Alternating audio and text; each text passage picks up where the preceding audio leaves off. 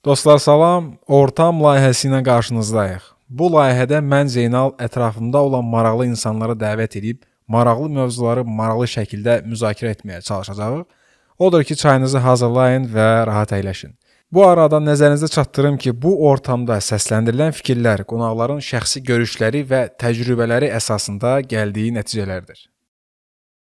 Я даже сейчас, когда фильм смотрю, который мне интересен, нравится, но я в какой-то момент уже башкирам схылмачы, бунамак кутарacak. Что так медленно? Я сейчас даже фильмы, я за один раз редко смотрю. Я, например, один вечер начинаю, выключаю его на половине, иду там спать туда-сюда, там могу через 2 дня его досмотреть. Mən qabağa deyirəm. У меня давно такая история. Я не помню, когда сидел, фильм от начала до конца смотрел. Я по 10-15 минут, потому что я, во-первых, быстро засыпаю.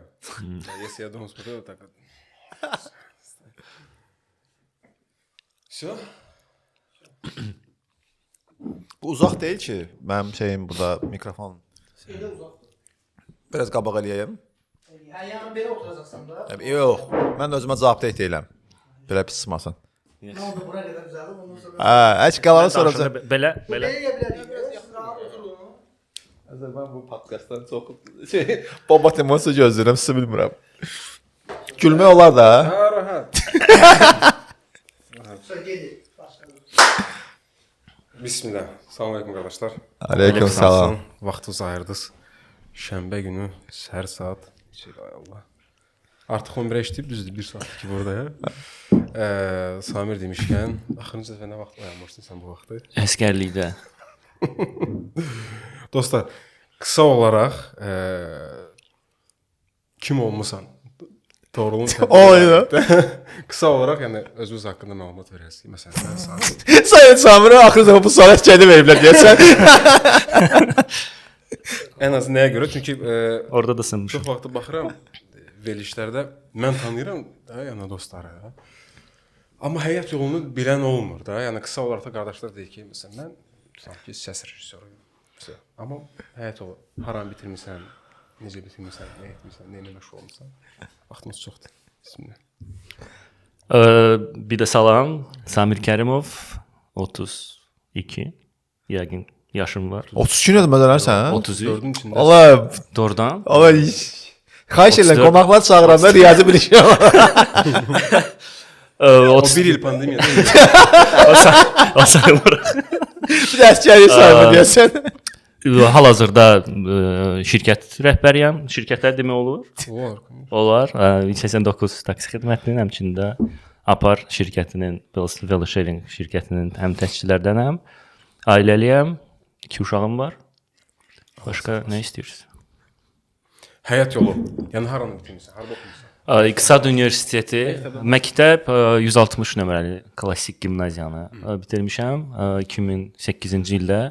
Ondan sonra İqtisad Universiteti bakalavr, vergi işin təşkili, ixtisas olaraq fakültə, maliyyə fakültəsi.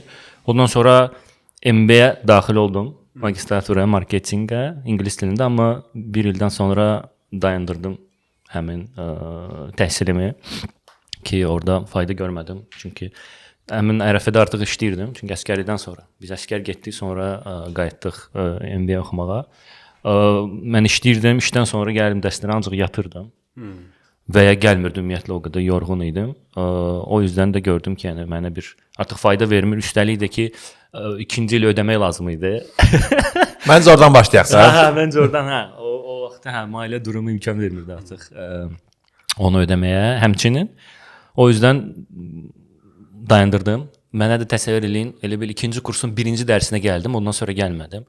Mənə mayda universitetdən yığırlar ki, siz imtahanlara buraxılmısınız. Halbuki mən heç qış sessiyasına gəlməmişdim. Deyirəm ki, xəbəriniz var, mən 1 il dərslərə gəlmirəm. Onda yaxşı xəbər ki, sən qış sessiyasını bitirmişdin də. Yəqin ki. Onda mənim bir semestrim qalıb. O dedilər ki, onda siz təhriz olmusunuz da. Təcrid. Təxris əskərlikdə olur. Təcrid. Universitetdən nə olursunuz? Nə olursunuz universitetdən? Təşkil. Təşkil. Təcrid məncə. Yox, təcrid это другое. Когда тебя Обособляют. да, в одном месте запирают, это тәжрид olunmaq. Тогда что делают в университете? Выгоняют когда? Выгоняют, да, короче. Uzaqlaşdırılırsınız. Uzaqlaşdıq. Больше меня выгнали оттуда. Əla. Aydın. Sual. Universitet seçimində öz şəxsi seçimində vergi uçotu yoxsa bal hara düşdü? Neçənci yazdığın? Üçüncü yazdım. Biz o vaxtda 8 idi. Üçüncüdə idi. Məndə bir şərtim var idi. Həm də evdə ailə ilə, atamgillə ki, mən ancaq ödənişsizləri yazıram. Bizim adam. Hə, ancaq ödənişsizləri yazıram. Və üçüncüdə düşdüm.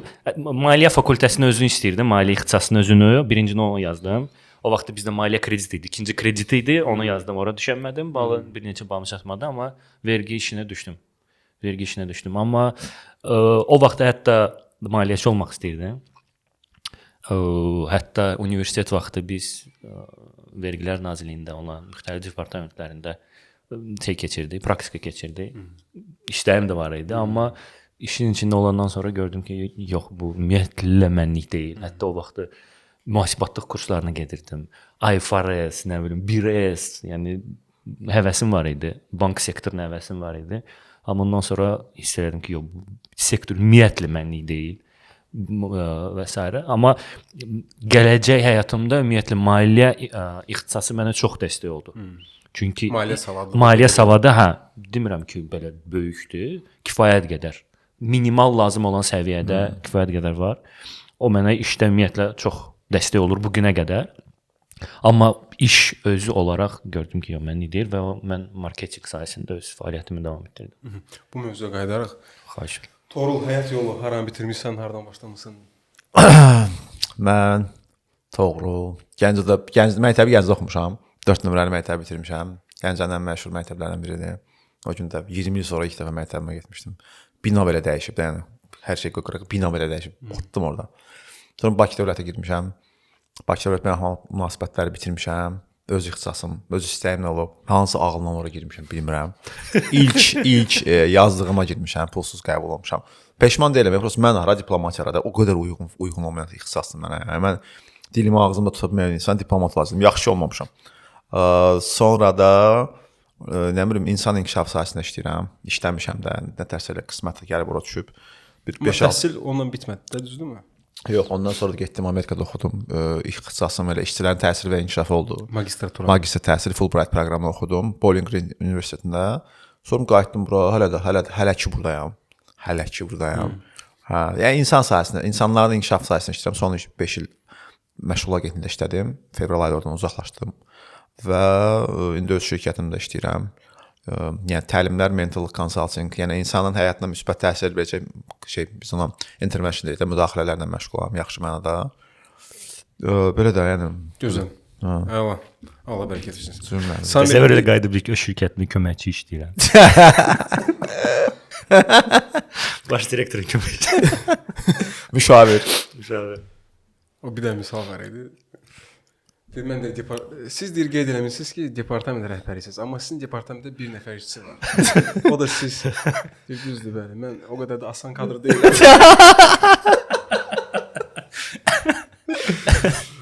Samir, işlə bağlı, iş təcrübəsi ilə bağlı hardan başladın və məsələn marketinq, niyə marketinq və indi yenidən marketinqdəsənmi yoxsa artıq başqa sahədəsən?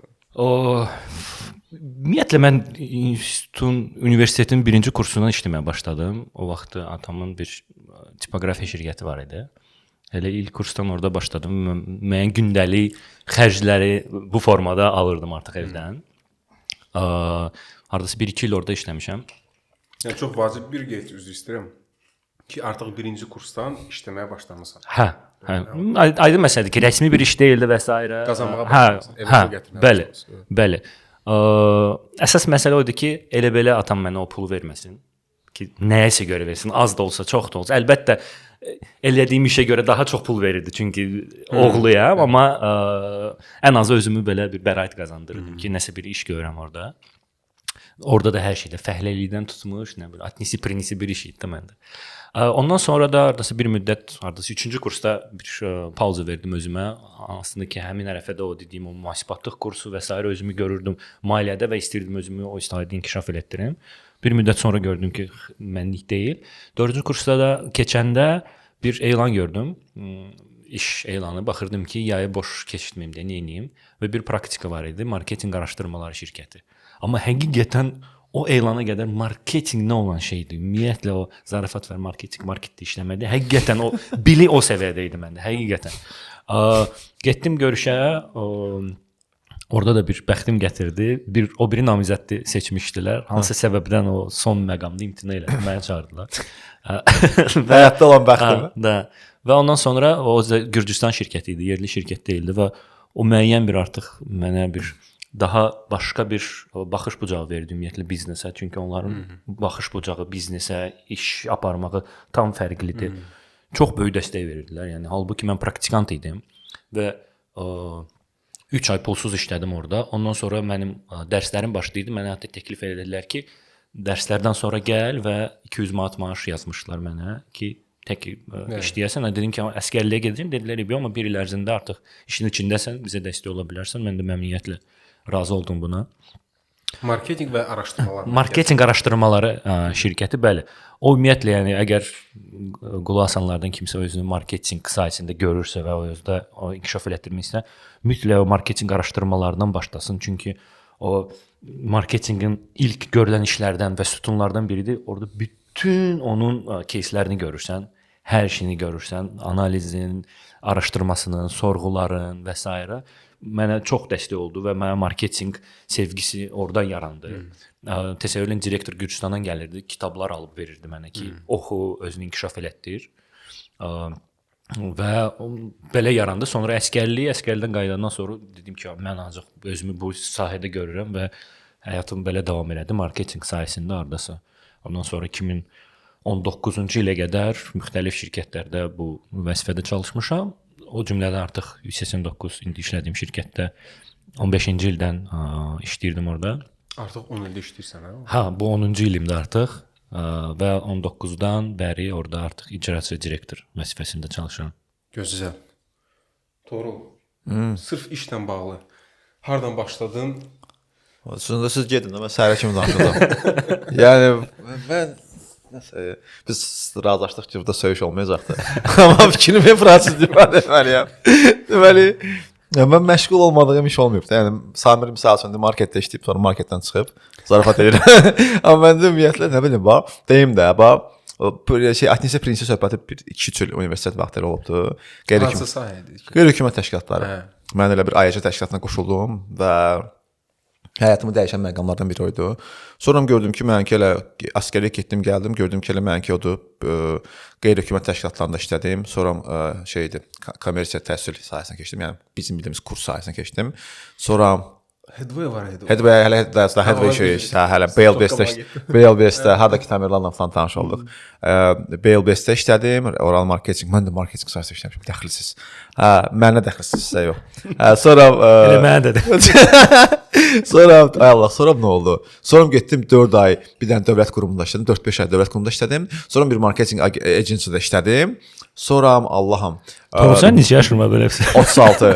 Sonra deməli Plazada müdür oldum.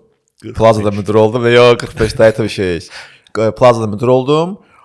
Sonra bir dənə yataqxananın rəhbəri oldum. Bam 80-ci illərdən danışır elə. Sonra öz şirkətimi açdım. Qarabağ yataqxanası. Sonra öz şirkətimi açdım. Sonra Amerika getdim.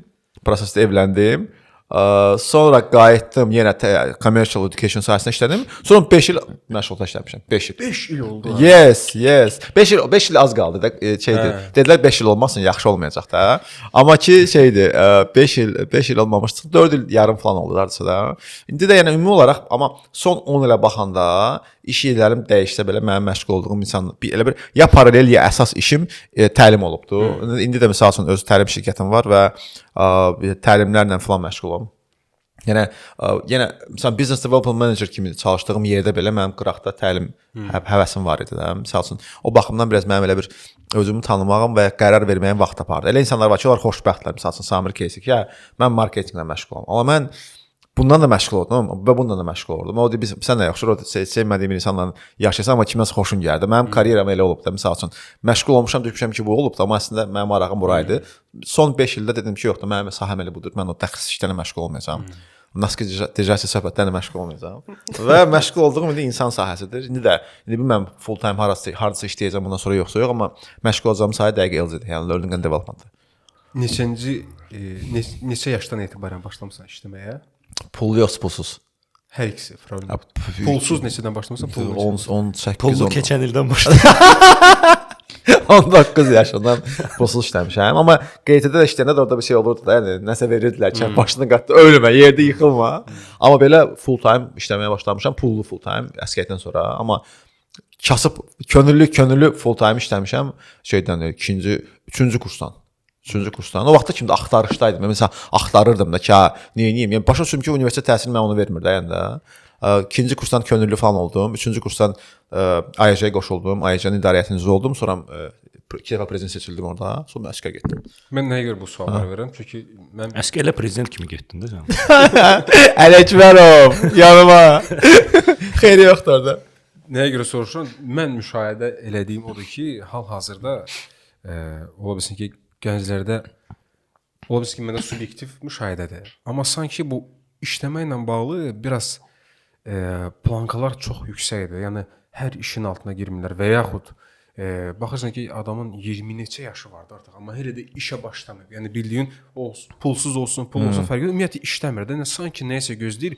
Bilmirəm bu belədir də influencerliyin inkişafı ilə əlaqəlidir, blogerliyin inkişafı ilə əlaqəlidir ki, hətta gənclər belə yəni bəlli bir çətin yoldan keçib nəyisə nail olmaq istəmirlər də. Yəni birbaşa harasa gəlim oturum, hazır mənə məvacib versinlər. Yəni $1000 başlayar mənə məvacib versinlər. Ola bilsin ki, bu subyektiv mənim yanaşmamdır. Ola bilsin ki, digər tərəflərini görmürəm, amma o təəssürat artıq yaranıb məndə. Ona görə də bu sualları sevirəm ki, neçə yaşdan başlamasın işləməyə. Elə fikirləşənlər var, elə düşünənlər var, mən də görmüşəm, amma bununla bir yerdə elələri var ki, konkretdə yəni çay düşürsün söhbətlər elə razıdır, çünki ya özünü yoxlamaq istəyir, ya da ki, ümumiyyətlə ehtiyacı var da adamın. Elələri var. Amma və əksinə var ki, adam deyir ki, 800 manatdan 1000 manatdan 1500 manat aşağı verməsən yaxın durmayacağam. Əslində belə baxanda onların belə psixologiyası da onların indiki yaşadığı dönəm üçündə bəlkə də bir növ normaldır. Çünki biz hamımız 90-ların uşaqlarıyıq da və bizim valideynlərimiz də çətin dövr görüb, biz də çətin dövrdə böyümüşük. Bəli. Ona görə də biz bütün imkanlardan çalışırdıq o vaxtı istifadə eləyək ki, çıxaq da o vəziyyətdən də. Amma onlar artıq böyüməyə başlayıblar 0-cı illərdə, yəni 10-cu illərdə, yəni 2000-dən bu tərəfə artıq ölkənin belə deyək də jırni vaxtlarında. Bəli. Dünyanın, yəni təkcə ölkə yox, dünyanın. Dünyanın və ona görə psixologiyada yəni onlar onu görməyiblər. Niyə görə ona görə də əziyyət çəksinlər? Yəni, o əziyyəti görməyiblər artıq. Şükür Allah, valideynlərin də vəziyyəti daha yaxşıdır nəinki bizim valideynlərin 90-cı illərdə və s. Əslində çox yaxşıdır, tək elə olsun, tək gələcəkdə də daha yaxşı bir vəziyyət olsun. Amma psixoloji olaraq artıq bir durum məncə başqadır və onlar deyir ki, niyə mən məsəl üçün də ilk iş yerim, sən neçə il pulsuz işləmisən, mən də məsəl üçün pulsuz və ya çox az bir məvacibi işləmişəm, məsəl üçün 200 manat. 200 manatı bu gün kiməsə desən ki, 200 manat. Əlbəttə inflyasiya ilə biraz yuxarı. $300 idi. Da. Artırsaq biraz yuxarı versə deyəcək ki, yəni xeyir olar. Niyə işləməliyəm? Razıyam ki, bizim dövrdə bu normal idi. Nə baxımdan? Yəni sənin o yaşda gedib işləməyin qeyri-adi sayılmır da. Heç vaxt demir ki, o artıq işləyir. Normaldır, hamı çalışır həmin dövrdə necəsə işləsin, Dolansın. Sağ qalsın. Sağ qalmaqdan savayı, yəni şey var, qalodnaya, yəni jajda var. Hətta sən nəsə harasa çıxım da, yəni nəsə bir şey eləyə bilim də. Çünki nəyə görə həm də sizi çağırmışam?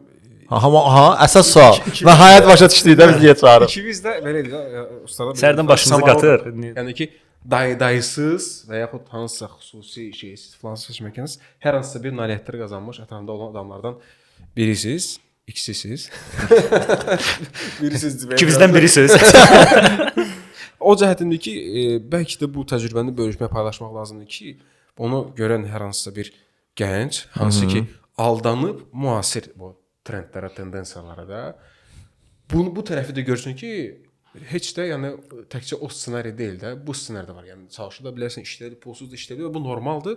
Nəticədə də həm təcrübə qazanmış olacaqsan, həm də hər hansısa bir məvacib də qazanmış olacaqsan, ailəvi dəstək olacaqsan və s. Növbəti sizin ikinizi birləşdirən məqam yüksəliş müsabiqəsi. Nədir ümumiyyətlə? Çünki mən nə saytına girməmişəm, Sadəcə bilmişəm ki, hə, bir dəfə Samir Niyə iştirak eləmirsiniz? Çünki bilmirəm nədir. Bir dənə ona görə. Hə. Və bunun üçün də bizi çağırırsan ki, biz bunu izah eləyək sənə. Yox, düşünürəm ki, Başqa imkan olmayıb bax.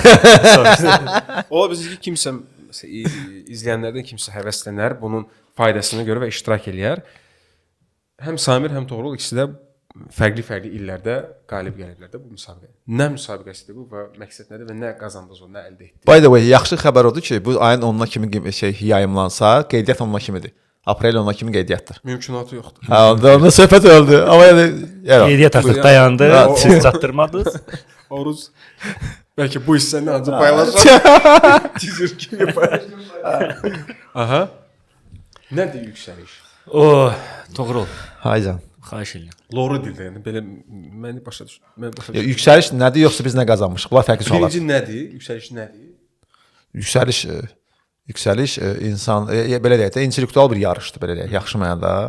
Harda ki sən müxtəlif mərhələlər keçərək hansı mərhələlər ki sənin fərqli bacarıqlarını və biliklərini yoxlayırlar, özünü göstərirsən və 10 min, 15 min insan arasında 6-7 mərhələ sonra 20, 25, 30 nəfər qalib olur.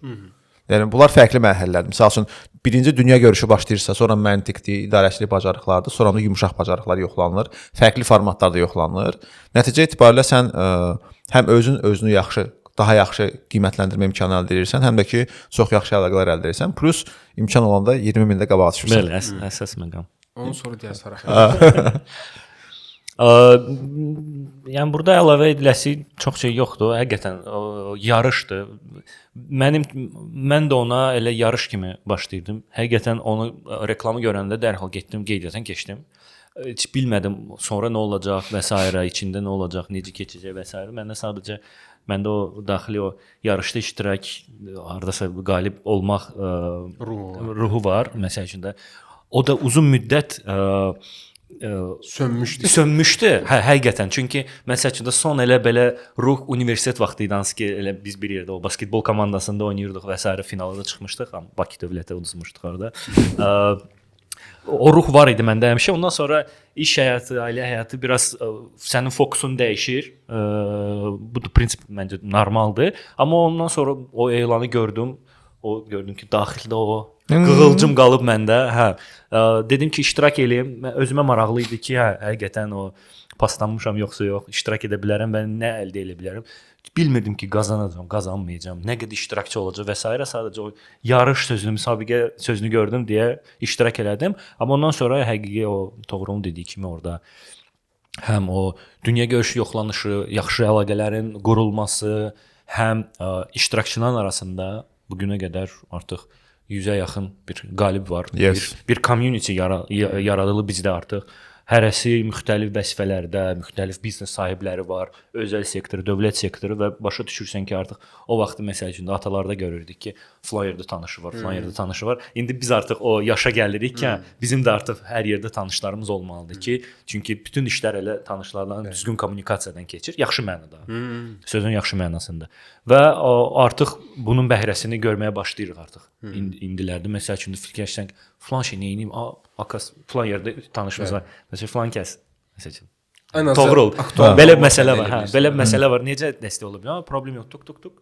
5 dəqiqə keçir. Bir gün içində məsələ həll olunur. Əsas məqam bunlardır. Pulları hara xərcləmisə soruşmayacağam. Xərcləmisənmi? Ən azı Mən xərcləmişəm. Sınav su içmişəm, hə? Dərhal. İndi isə əsas mövzu. Aha. Bu hamısı belə deyək də, proqrev edir usta demişkən. Əsas mövzu. Samir və Toğrul 18 yaşına qayıtsaydı. İl dəyişmədən, yəni 2025-dir. Samir və Toğrul 18 yaşı var, sıfırdan başlayır. Heç bir nailiyyəti yoxdur, heç nə yoxdur. Nə edərdi? Amma bilik mövcud Təcrübə və bilik bəli, qalır. Kimi qalır, bəli. Ola zor. Amma işin, pozisiyan, heç bir şey yoxdur da, əlaqələrin heç nəyin yoxdur. Sıfırdan başlayırsan, bu təcrübəni indiki mindla bəli. Girirsən 18 yaşa. Mən əslində bilmirəm onu dəyişəcəkdim yoxsa yox, çünki mən o vaxtdan tənbəl idim. İndi də çox tənbələm.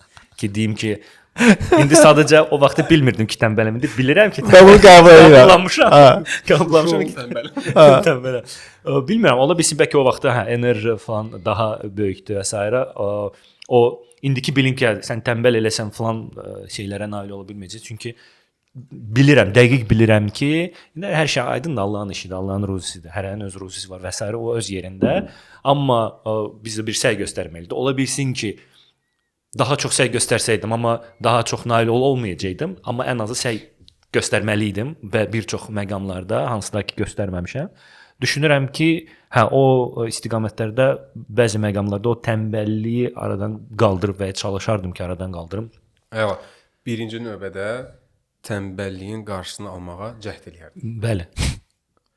Sualı daha da konkretləşdirim. Nə edərdin? Hansı hərəkətlər atardın? Hal-hazırda 18 yaşın var, işsizsən, bu biliklərin, bu bacarıqların var, mövcud texnologiyalar var. Partladardım Nə yəni. edərdin? 100% daha çox oxuyardım nəyi ixtisaslaşmış olan bir ədəbiyyatı. Çünki bu günə qədər və ümumiyyətlə ölkəmizdə, xüsusən məndə böyük problem nəzəriyyə biliklərinin çox aşağı səviyyədə olmasıdır. Biz həmişə çalışırıq, praktikada nə isə qazanaq və s. ki, çalışaq falan. Amma görürsən ki, bunun artıq nə bilim 70-ci illərdə John bunu yazıb, bunun yolu var. Bu butulkanı buradan götürüb bura qoymaq üçün yol var. Biz də bunu götürürük, belə eləyirik, oradan Zeynala verirəm, Zeynal mənə sabah bunu gətirərsən və s. Çox uzun yoldan keçirik, problemləri yaşırıq, uduzuruq. Sonda o nəticəyə gəlib çıxırıq, eyni nəticəyə gəlib çıxırıq. Amma çox vaxt itirmiş oluruq, enerji itirmiş oluruq, pul itirmiş oluruq və s. 100% nəzəriyyə bilikləri bu günə qədər ən böyük problemlərindən biri və düşünürəm ki, bir çox adamın problemi biri ki, institut vaxtı biz görmüşük məsələn ki, filankəs 18 yaşda milyoner oldu, institutdan qovuldu və s. Amma bu o qədər reallıqda nadir кейslərdir. Sadəcə o qədər onlar reklam olunub deyə bizim beynimizdə oturub ki, hamı elədi. Əslində yəni bunlar heç 1% deyil, ümumi uğur qazanmış insanların içində. Yəni ona görə universiteti nə edirəm məsəl üçün? Universitet 100%, orada oxumaq 100%, universitet də o cümlədən sənə əlaqələrin qurulmasında dəstək verici, bayaq dedi yüksəliş, o cümlədən də bəzi bir-birimizi də universitet yaşlarında da tanıyırıq da. Və 100% o məsələ daha çox əlaqə, məsəl üçün Toğrul bu qəhtilərdə, müəyyən bir təşkilatda da çox aktiv idi və düşünürəm ki, o vaxtdan bəri çoxlu tanışıqlar qalıb. Mən o mənada çox pasiv idim. Düşünürəm ki, bəlkə o əlaqələrin qurulmasının effektivliyini o vaxtda dərk edə bilmirdim. İndi başa düşürəm. Baxmayaraq ki, çox belə introvert insanam, mənə daha rahatdır ki, ancaq tanış insanlar ətrafında olsun, tanış insanlarla ünsiyyət quram, amma baxıram ki, o bəs eləmir artıq. İndiki dönəmdə cəmiyyətdə və ən azı işlədiyim pozisiyada, gördüyüm işlərdə bu çox vacibdir. Birinci oldu ki, tənbəlliyin daşını atardım. Bəli. Ən az o diaqnozu qoyardım və onun üzərində çalışardım. İkinci, oxumağa üstünlük verirdim. Və xüsusən də sahəmə və yaxud seçdiyim istiqamətə uyğun olan Nəzəri biliklər, hə. Mən 2 dənə cavab ağlıma gəldi. Və əlaqələr üçüncü. Hə, 3 əlaqələr. Daha çox əlaqələrin qurulması. Cəhd eləyərdim. İxtisasımı dəqiq dəyişərdim. 100% fərqli ixtisasda oxuyardım. Hələ qərar verməmişəm, amma ehtimal ki, psixologiya oxuyardım. Psixologiya oxuyardım çünki mənim işimin böyük hissəsi insanlardan pul qazanıram belə bilməsən. Psixologiya oxuyardım ehtimal ki və ehtimal ki xaricdə bakalavr xaricdə oxuyardım.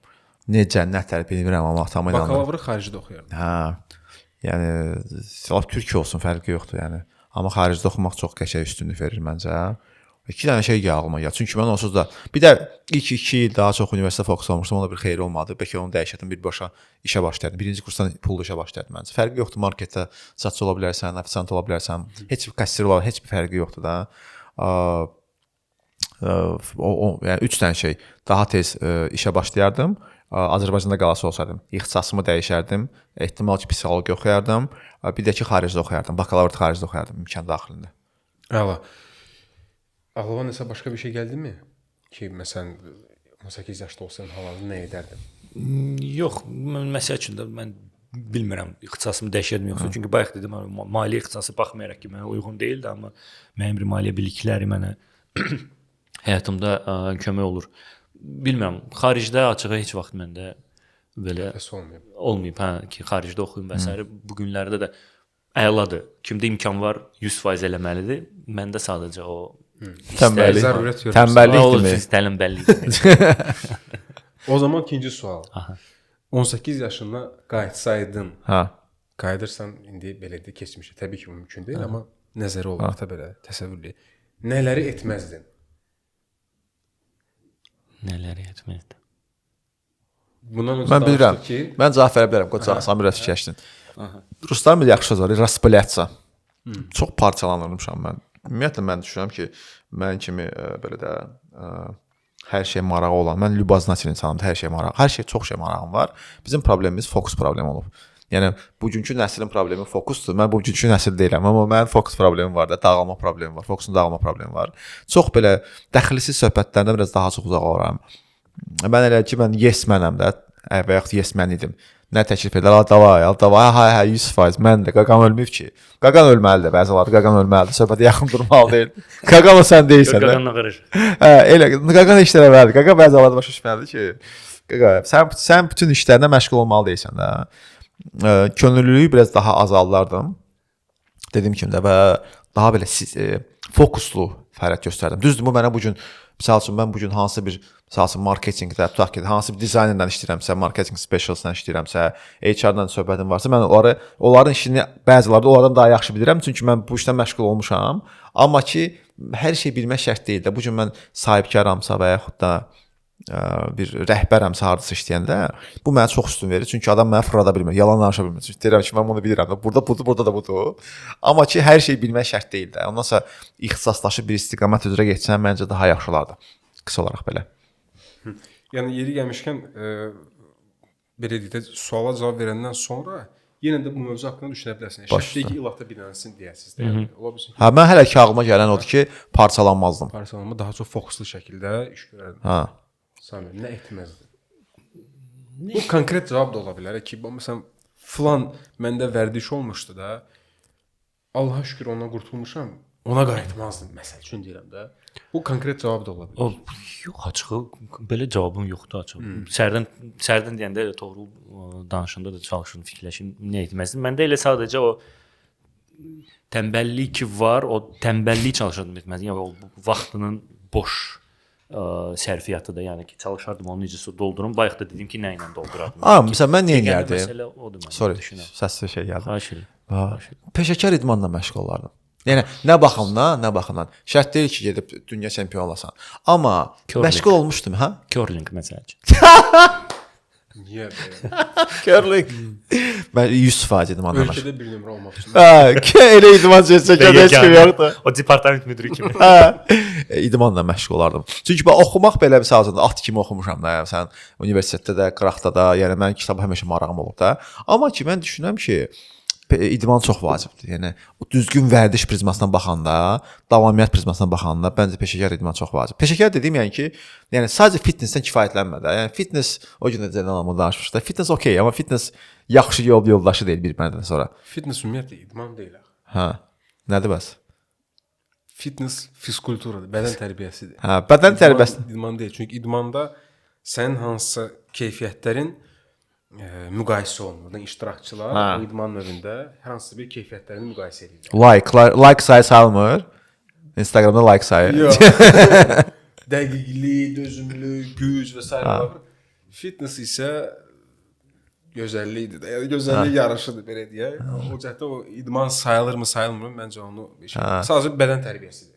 Mən idmanla məşğul olardım. Düzdür. 2-ci kursda, 3-cü kursa getdim 6 ay, 1 il fitness-ə. Fitness deyəndə biraz tədə fitness var, farklı şeydir, amma yəni dəqiq misal üçün nə bilim ola, marda boyla məşğul olardım da biraz, yaxşı mənada.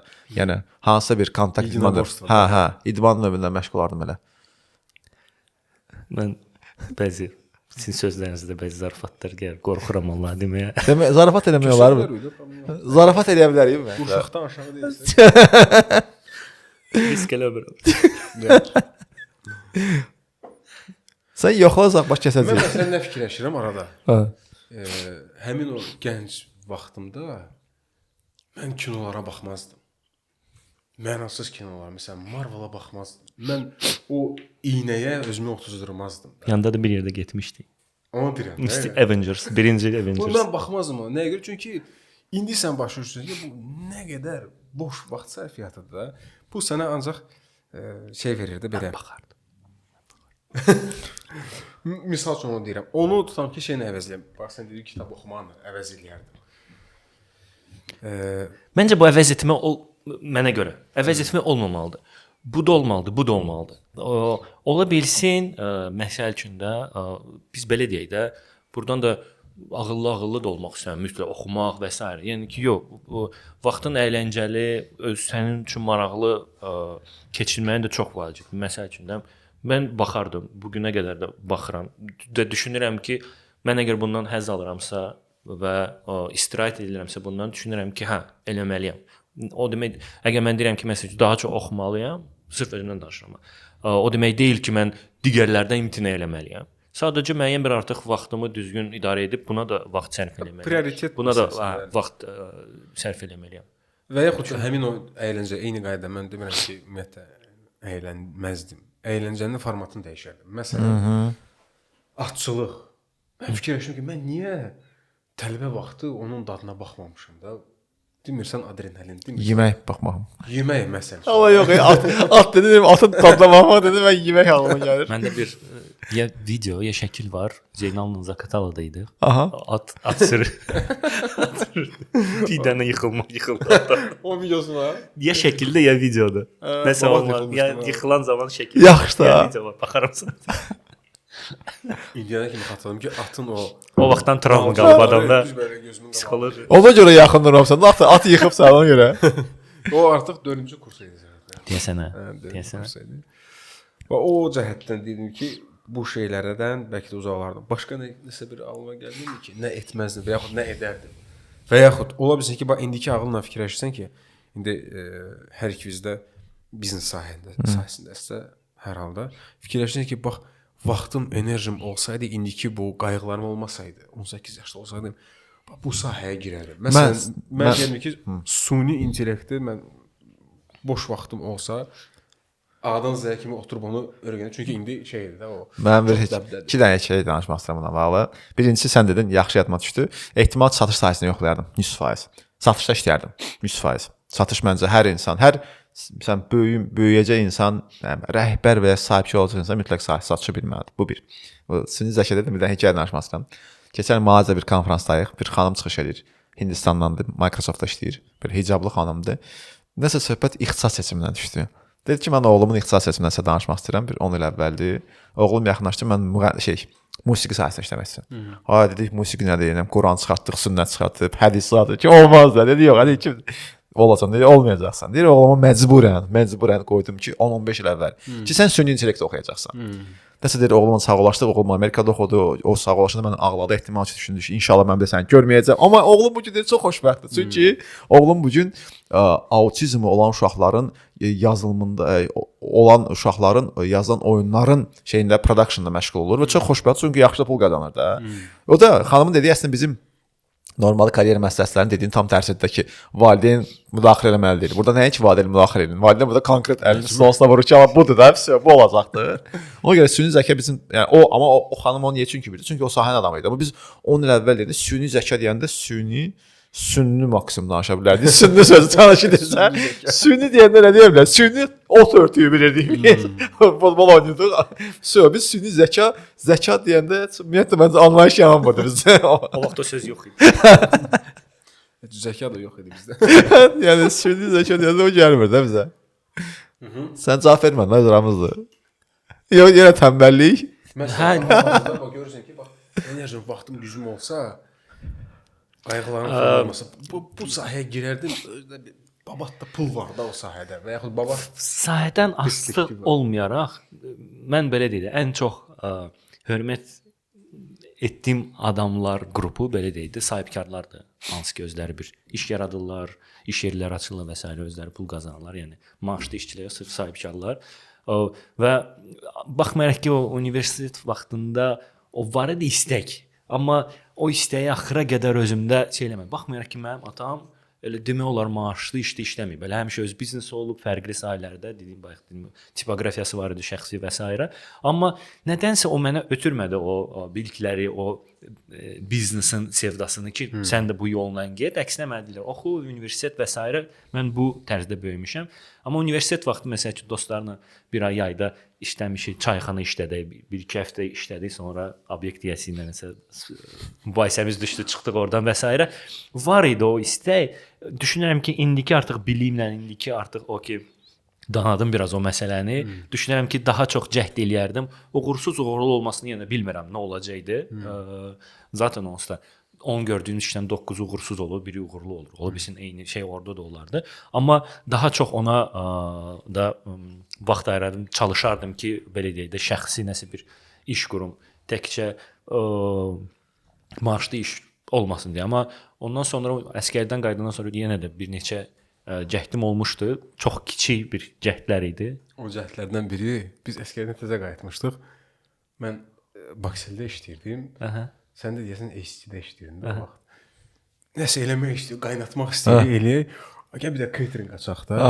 Necəsə oradan nəsə tapdıq, elədik. Hə, bir dənə menyu tərtib edəcək. Menyu 5 manat olacaq. Şirkət belə biraz səslənir. Şirkət. Adı nə idi? Layihənin adı Fresh 5 idi. Fresh 5. 5 manata. Nə qəşəng. Və həftənin 5 günü Bəli. ancaq standart yeməyi hər gün. Çox qəşəngdir əslində. Və o layihə elə ana bətnində öldü. İkinci gündə bizdə bir sürücümüz var idi. Təsəvvür eləyin, bu gün çatdırılmalı olan yeməyi səhərsi gün çatdırmışdı adamlara. Təsəvvür elə. Oyda. O da nəyə görə? Adam xarici ölkə vətəndaşı idi, sürmə icazəsi yox idi. Polisi görmüşdü, yəni qaçdı falan beşmək. Yəni təsəvvür elə. Yəni biz mətbəxdə tapdıq, başladıq. Flyer çap eləmişdik. Atamın tipoqrafiyasında flyer çap eləmişdik. Paylamışdıq eləmişdik. Paylamışdı nə qədər. Zakazlar var idi, amma sifarişlər var idi, amma çatdırılması çox gec olmuşdu. O yüzden də alınmadı. Mənim sonra telefon satışı biznesim var idi. Dubaydan telefon alıb. Hə, o tanış gəlir. Orada satırdım. Hə. Amma orada da böyük bir ziyan oldu. Mən arasında 9000 bir ziyan elədi dostumdan. Atıblar belə deyək də, loro dildə desək bizim. Amma həmin anda məsələn mənim özümü məhdudlaşdıran faktor o idi ki, mənim daimi işim var idi deyə. Yəni məsələn işi atıb məşğul olmaq. Bir də ki qorxu var idi. Yəni bilirsən risk qorxusu var idi. Risk qorxusu var idi. İndi amma düşünürsən ki, bəli, həmin dövrdə ümumiyyətlə nav volt yoxdur, nav bolt, heç nə yoxdur da. Yəni tədricən yavaş-yavaş nəsə bəlkə də eləmək olar. Əlhamdülillah, yəni o şeydən. Niyə elə biz üzmüşdük elə ikinci gündə? Deyim ki, özümüzün əsas işi var idi. Yəqin ki. Hə, əsas faktor o idi. Bir də orada baxdıq ki, ümumiyyətlə heç bir şey üst-üstə gəlmir də. Ya tamam, o da biz dedik. İkinci günü özdə. İkinci gün. Çox çəkdi. Hazırlıq daha çox çəkdi gördüyümüz iş. O belə deyək də istək var idi deyə ki, nəsə eləyə özümünkü olsun məsələ. Məndə isə siz dediklərinizdən savaya həm də arada nəyə fikirləşirəm ki, bizi belə deyək də Sovet adamları böyüdüb deyə bizə Allaha bağlılığı öyrətməyiblər. Bu belə deyək, ailədə və ümumiyyətlə cəmiyyətdə həmin nəsildə bir şey idi də, yəni neçənci dərəcəli bir mövzu idi də, yəni yasdan yasa, nə bilim, bu şeylərdə ancaq yada düşürdü. Onu fikirləşirəm ki, yenə də Allaha həmd olsun ki, o bataqlıqdan Allah bizi çıxartdı. Amma düşünürəm ki, adam istəyərdi ki, Rəbbini daha tez tanısın. Çünki bütün o qərarlarda ən vacib faktordur da o. Yəni istər istixarə namazı qılmaqdır. Məsələn, qərar vermək istəyirsən, biz bilmirdik universitet vaxtı hara qəbul olanda, necə hara qəbul olacaq, necə. Bütün bu şey hamısına uzaq idik da. O cəhətdən fikirləşirəm ki, bəli, yəni peşman olduğum və yaxud edəcəyim şey olardısa, bəli, daha çox istərdim ki, Rəbbimi daha erkən yaşdan tanıyım. Çünki bu bir arxayınlıqdır da. O keçən dəfə bir verilişdə qonaqlarımızdan biri demişdi ki, deyir, mən İslam'a yəni tam gələndən sonra, ibadət eləməyə başlayandan sonra öz halımı təsvir eləsəm, mən deyir, ondan öncə taburetkada oturmuşdum. Amma artıq ibadətə başlayanda sanki kresloda əyləşdim. Həqiqətən də elədir. Yəni sənin bir arxan var da, yəni nəyəsə söykənəbilsə, arxayın olursa, öz bütün qorxular bu, ehtiyatlar bu danışa biləcəyin və dəstək umduğun bir qüvvəni tanıyırsan da. Amma bizim belə də atalarımız, valideynlərimiz daha çox Sovet adamları olduğu üçün və mən belə deyək də indi başa düşürəm ki, həmin dönəm necə ciddi şəkildə insanları Allahdan uzaqlaşdırıb. Mən indi onu başa düşməyə başlamışam. Çünki həqiqətən ancaq dar gündə o da ki ya adam şikayət edir dar günündə, halbuki əksinə daha yaxınlaşmalıdır. Ya da ki belə ifadə kimi, nə bilim, Allah rəhmət eləsin deyə bilər, nə bilim, Allah xoşbəxt eləsin. Bu ifadə, amma bu kəlmənin sözü boşdur da. Yəni sanki bu kəlməni işlədəndə bizdən öncəki nəsildə kəlmənin içi sanki boşdur. Və indi başa düşdük necə bu hamısı yuyulub. Yəni insanlar Rəblərindən necə ibadətdən belə uzaq durub. İbadət bir belə deyək də 60 yaşına gələrəm, 70 yaşına gələrəm, onda başlayaram kimi bir yəni pensiya Məşğuliyyəti. Bir məşğuliyyəti kimi başa düşülür.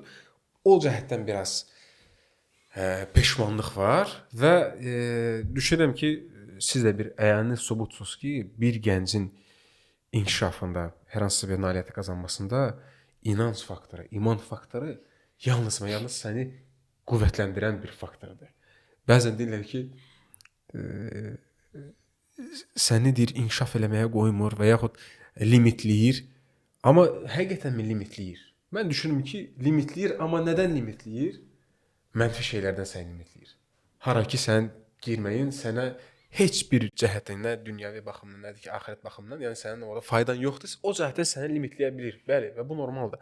Qalan şeylər də isə əksinə sənin üfüqünü açır.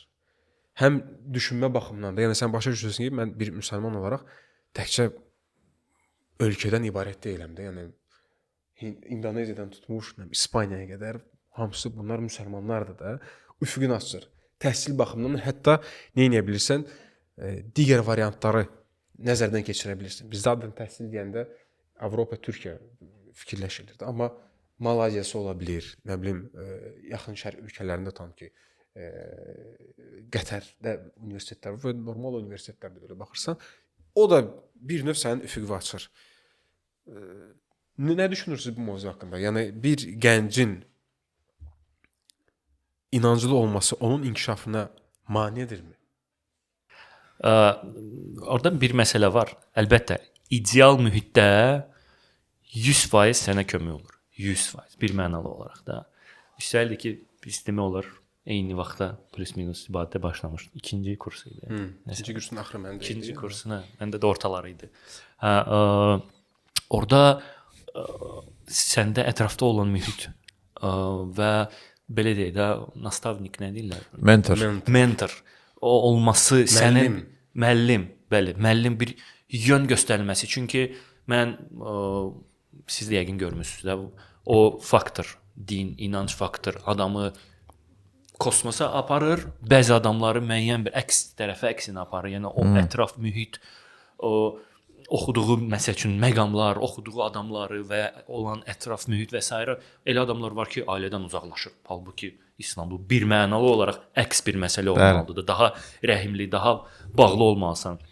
Yəni valideynlər onların pilləsi aydın məsələdir. Yəni Quranda da Allahdan sonra yəni onlar gəlir. Yəni onların haqqları da, yəni ki, amma bəzi insanlar onu səhv başa düşür. Deyir ki, yox sən mənim kimi inanclı deyirsən və s. əks istiqamətə gedir. Ona görə və onu çox limitləyir əlbəttə. Hətta dala aparır belə bir məqamlar. Ona görə o mühit, müəllimlər, mentorlar, dostları, ətraf və s. çox önəmlidir bu məsələdə ki, ona düzgün bir təkan versinlər. O təkan olundan sonra adamı sözün yaxşı mənasında saxlamaq olmur artıq. Bəli. O yaxşı şeyləri bilir, pis şeyləri bilir, olarları bilir, olmazları bilir və artıq burada Allaha ümid, inam və s. belə deyək də bağlılıq ki, başa düşürsən ki, mən səy eləməliyəm, amma hər şey onsuz da Allahın əlindədir. Yəni ki, ola bilsin alınmasın səndə, amma o demək deyil ki, yenə sonra cəhd eləməmisən və ya sənin Allah ümidin onun rəhminə azalmalıdır. Yox, əksinə çoxalmalıdır, daha çox bağlılığın olmalıdır. Ona görə bu məsələ əsasında gənclərdə də, yəni biz o vaxtı nə zəkamız var, nə biliyimiz var. Ona görə biz hansı istiqamətə gedirik, ya üzü yuxarı, ya üzü aşağı. Ən vacib belə deyək də, yaşlarımızdan biridir. Bəli, ona görə bu çox vacib məsələdir, düşünürəm. Doğru. O Samir çox qəşəng məqama toxundu əslində. biz müsəlmanlar olaraq onu da bunu özümüz görmüşük deməliyik ki, hər zaman da bu yaxşı nəticə verməyə bilər. Niyə? Çünki düzgün yol seçmirsən belə qismasında. Çünki hər atıramda, hər misal üçün sən deyirsən ki, idman yaxşıdır, hə idman yaxşıdır, amma hər idman sənə yaxşı nəticə verməyə bilər. Tutaq ki, sən elə bir kruqa gəlib qoşulsan ki, o kruq əslində idmandan istifadə edib atıramda marda boyla məşğuldur, misal üçün deyirəm. Amma ümumi götürsək, əlbəttə çox vacib şeydir. Çox önəmli bir şeydir. Çünki niyə? Məsələn, mən şəxsi inkişaf sahəsində işləyirəm. Bu gün şəxsi inkişaf sahəsində əsas 2 dənə böyük problem var insanlar, 3 dənə problemimiz var. Deməli, özünü tanıma, time management, bir də davamiyyət. İslam üçün də öyrədir. Yəni deyir ki, Quran-Kərim və Subhanallah nə qədər yedirik. İnsan özünü tanımağa təşviq edir, vaxtımızın dəyərli olduğunu və düzgün istifadə etməyini təşviq edir. Bir də davamiyyət mənə görə ən vacib, bilmirəm də sizdən tərdim. Mənim davamiyyətim kökünə duran 5 namazdır. Mən yəni və o bir dənə o vərdiş, istərsəm sən adam edir. Mən bunu eləyə bilirəmsə, bunu da eləyə bilərəm də. Yəni. Əlbəttə disiplin çox vacibdir və bugünkü nəslə baxanda görsən ki, ciddi disiplin boşluğu var. Yəni nəsli qoysaq qırağa, elə bizim yaşlarda böyük uşaqlara baxanda baxsan ki, adam düşünsən ki, sən necə bu disiplindən sən nəticə göstərirsən. Ona görə İslam o baxımdan çox böyük üstünlükdür. Bir, ikinci də İslam insana yox demək öyrədir. Bu da çox önəmlidir ki, sən mövzu sadəcə şəhvət deyil, mövzu həm də şeydir ki, seçim etməyi öyrənirsən bu prosesdə ki, bax, yox, mən bunu eləməyəcəm, niyə buna görə? Və bu yaşdan qərar verməyi öyrənirsən. Yəni mən düşünürəm ki, o qədər şey var ki, kitab. Amma burada həm də dediyim kimi də o düzgün adama düzgün sual vermə mövzusu önəmlidir ki, sən o sual versən və bir də nümunə. Samir prizmasından girdim, mentor prizmasından. Mən həm də nümunə prizmasından girmək istəyirəm ki, sən baxsan ki, bir bax kitabda baxasan, bir də baxsan ki, bax bu adam doğrudan bunu eləyir və insanlar nümunədən çox vaxt öyrənir. Əsəriyyətdə belə bir söz var, deyirlər ki, fərqəs baxıb hərəkət edəndir. Onu müsbət baxmadan, amma əslində həyatda biz insanlar baxıb hərəkət edərək öyrənirik. Ona görə də sən əgər düzgün o kurğun varsa, o kurğu sənə çox qəşəng nəticə verəcəkdir. Kimə baxıb öyrənirsən, suallarını versən, cavabını alırsan və tətbiq edirsən. O yox sözünə qüvvət ki, İslam onu öyrədir. Ümumiyyətlə də İslamı qəbul etmək üçün ilk dediyimiz söz yox sözüdür. Qəşəng. Lə sözüdür. Əla söhbətdir o. Həm də məsələn mən öz təcrübəmə əsaslanıb deyə bilərəm ki, İslam bir gəncə dəyərlər müstəvisini verir. Bayaq sən dediyin məsələyə əlavə olaraq da, yəni həyatında baş verən proseslər, sənə təklif olunan hansısa iş ola bilər və yaxud nə bilim göstərilən perspektivlər, sən onları ən azı dəyərləndirə bilirsən. O olmadığı təqdirdə sən ya şəxsi istəyindən, ya da ki qeyri-müəyyəndən çıxış eləyərək nəsə bir qərarlar verirsən və sonra çox vaxt peşman olarsan. Amma ən azı həmin o belə deyək də mütləq bir dəyərlər üzərindən sən qiymətləndirmə aparanda bir çox səhvlərdən, xətaları demirəm, səhvlərdən, o böyük belə səhvlər, sənin uçuruma aparan səhvlərdən özü ən azı sığortalamış, qorumuş olursan. O cəhətdən bəli, mən düşünürəm ki, bir gəncin inkişafında qəti şəkildə inanc ona mənfi təsir eləməyə bilər. Güclü İslam ideologiyadır da. İdeologiya suala cavab verir, düzdür? Və konkret İslamın şey odur ki, İslam ciddi bütün sualların cavabı var. Bu sənin filtrdir. Sən bilirsən ki, sən demişsən dəyərlər. Mən nəyə necə baxacağam? Plus sən bu gün biz baxanda görürük ki, problem nədir? Andrew Tate var, bəlkə adını eşitmisiniz. Andrew Tate'in yaxşı bir sözü var. Deyir ki, if you tolerate everything, you stand for nothing. Yəni bu gün həqiqətən də tolerate everything şeydir də ki, hə, bu da qəşəngdir, bu da qəşəngdir, bu da qəşəngdir. Sən də soruşsan, bu mümkün deyil axı. Ona görə bu İslam göstərir ki, sən nəyə tolerate edə bilirsən, nəyə tolerate edə bilmirsən və bu normaldır. Deməkdir ki, digər etdiyi şey səhvdir. Yox, sadəcə mən bunu qəbul eləmirəm və bu normaldır. Yəni mən düşünürəm ki, ümumiyyətlə o dəyərləri, bax o dəyərləri anlamaq çox vacib ki, çünki o səninlə danışırdıq, tutaq ki, 30-lardan sonra əsasən kişilərin də özünə sual verir ki, mən kiməm? Dəyərlərin переоценка ценностей, yəni sən dəyərlərin təzədən qiymətləndirməsi o ki, mən doğrudan kiməm və mən nəyə inanıram? İslam onlarda çox güclü rol oynayır ki, doğrudan sənin formalaşmağında ən vacib rollardan biri bu oynayır. Bəli. Bir də bayaqki o mövzuya qayıtsaq, kimməlliyim, çevrə mövzusuna. Təbii ki, birdən-birə sağlam çevrəyə və yaxud sağlam bir müəllim tapmaq qismət olmur. Yəni çox nadirən kiməsə bu qismət olur. Burada da əsas məqam sənin Allahla olan səmiyyətindir. Sən Allahla səmimisənsə, yəni həqiqətən Allahdan belə deyə də haqqı istəyirsən, doğruluq istəyirsən, yəni öz istəklərini, öz çıxarlarını, öz karlarını kənara qoyursan, ya Rəbb, nə doğrudursa, mənə onu göstər. Və İslamı da sən bir sprint kimi yox, bir marafon kimi başa düşsən, tədricən yanlış o çevrədən də çıxacaqsan, özünə uyğun bir mentor mı deyim, hoca mı deyim, müəllim mi deyim tapacaqsan. Yetər ki, Allahla həmin o bağın səmimi olsun. Yəni mənim şəxsi istəklərim, mənim hansısa bir mənfi cəhətlərimi bunları hamısı kənara atıb, ya Rəbb, nə doğrudursa onu mənə elə göstər. Və buna misal olaraq da Həzrəti Salmanın qissəsi vardır, radiyallahu anhu, ki, hardan hara onu gəlmək nəsib oldu da. Yəni birinci ümumiyyətlə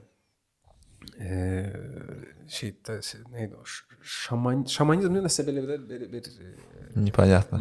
Ateşpərəst oldu da sən. Yəni hə. Oradan sonra keçdi xristianlıqdan sonra və sonra nə hara kimi Rasulullah sallallahu əleyhi yanına, hətta onu öpməyə belə ona nəsib oldu. Çünki o peyğəmbərlik möhrünü görəndə onu həmin öpmüşdü. Yəni bunun timsalında biz həm də nə görürük ki, bir insan Allahla, Rəbbi ilə səmimidirsə, Allah onu istər-istəməz həmin o doğru istiqamətə, doğru çevrəyə gətirib çıxardacaq. Yox, əgər insan nə edir? Unutdum kim demişdi? Bizdən biri yaşlı qardaşlardan biri demişdi ki, insan ibadətə başlayanda öz xasiyyətinə uyğun firqə seçir. Amma bu doğru deyil də. Yəni sən xasiyyətinə uyğun firqə seçməyin öz belə də öz vərdişlərindən çıxış edib seçirsən. Amma sən nə etməsən, sən təslim olmalısan, sıfırlamalısan. Nə doğrudursa onu istəyəm mən. Bu yanaşma ilə sən artıq bu şeylərdən özünü bir növ sığortalamış olacaqsan da. Yəni yanlış çevrəyə düşməkdən, səni mənfiyə aparan, belə deyə də yaratmağa yox, dağıtmağa çağıran o nə deyirlər ona? Bir söz var.